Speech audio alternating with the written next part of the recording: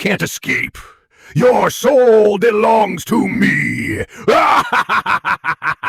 You can run, but you can't hide. It was a sunny morning, and the October sun had just casted its rays and beamed across the horizon of Jam Jam village in Bali, where the river whispers to the wind. In this village, love was born. Love that will transcend the boundaries of the natural and rest in the realms of the supernatural. Aziza, a lonely, cold, and tormented, tantalizingly young, gorgeous water girl, sat in the chilly company of fishes and other water creatures which couldn't give her the company she so much desired. As she sat contemplating and soliloquizing, she casted her eyes one last time into her mirror to catch a glimpse of any human who has come by the riverside. Guess who she saw? Badinga, a young and dexterous young man whose heart was full of love, and who has been heartbroken several times by the ladies who never loved him, who wished he had even fallen in love with a spirit, provided he will find true love. He sat by the river, thinking over his life, hoping to find true love.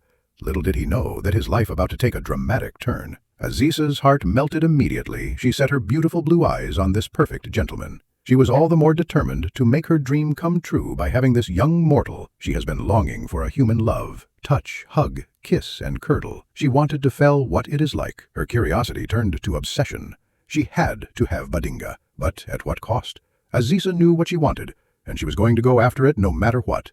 She used her strongest magical powers not only to transform into a human, but to woo Badinga to herself. Did she succeed? Absolutely. Very soon they were inseparable. The villagers whispered about the sudden change in Badinga's behavior. He will be seen with a glamorous damsel walking down the village street. Their wedding was planned already. It was a grand occasion, as the bride and the groom glowed in their wedding ceremonial outfits. But beneath the surface, a sense of unease settled over the village. Some sensed that Aziza was not what she seemed, but no one dared to ask. As time passed, Aziza's love for Badinga grew to higher heights, and vice versa. The village girls wouldn't stop thronging Badinga, hoping to have a taste of his love. Aziza didn't like that. Consequently, jealousy grew. She couldn't bear the thought of her Badinga being near any other woman. The village began to notice, and fear crept in. Her anger was kindled, and she will have to do something about it. Few months later, the deaths began. Village girls died mysteriously, and their dead bodies deposited in the nearby river in the same position each time. The villagers whispered about Aziza's true nature, as they could see that the once beautiful and happy bride was now a monster-looking woman, sulking and always having red eyes like blood.